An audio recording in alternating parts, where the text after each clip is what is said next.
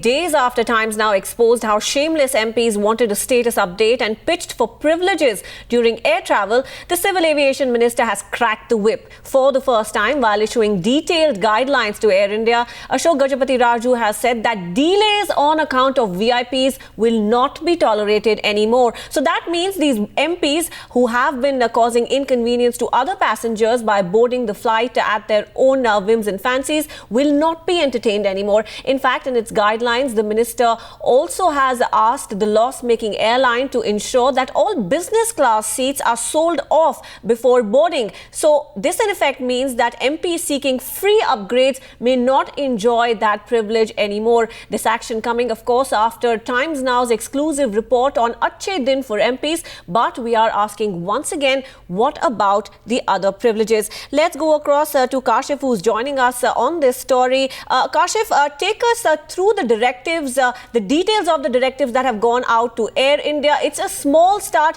but a step in the right direction.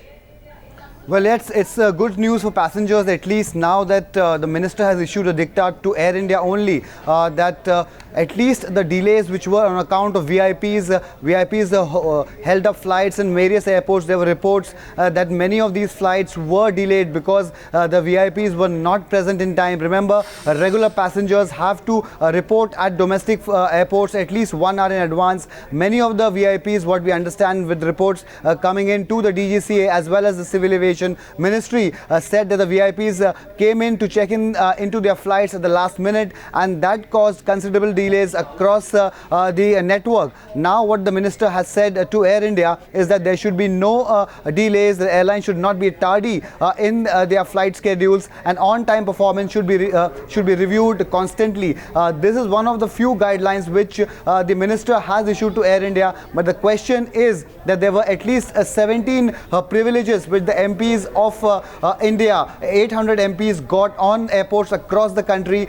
There's no mention of the rest of these privileges, but at least what the minister is trying to do is trying to streamline whether these MPs can get rather not delay these flights for other passengers. That's the one thing what we know. The second thing is that Air India is known that the first class and business class passengers are reserved for VIPs, and that is what they want to do away with. Kashif, do stay on with us as we also get a reaction from Ajay Prakash, who is the president for the Travel Agents Association. Mr. Prakash, how do you see this development? The centre has cracked the whip, at least where Air India is concerned. Well, they haven't cracked the whip. They've kind of just taken it out very gently. So I think it's a good first step, but there's a long way to go yet. The Civil Aviation Minister saying that flights should not be delayed on account of the so-called VVIPs, or the self-designated VVIPs, which is our ministers, etc., who hold up flights by arriving late. That's good. The other thing he said is that even at a discount, they should try and sell the first class and the business class seats, so that unnecessary upgrades are not given to these so-called VVIPs. I think it's a step in the right direction.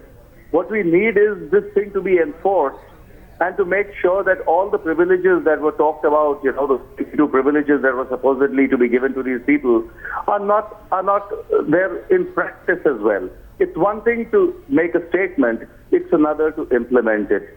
So it's a step in the right direction. One hopes that this campaign that Times Now started will have the desired effect, and we'll have these people backing off from all the rights and privileges that they tend to abrogate to themselves.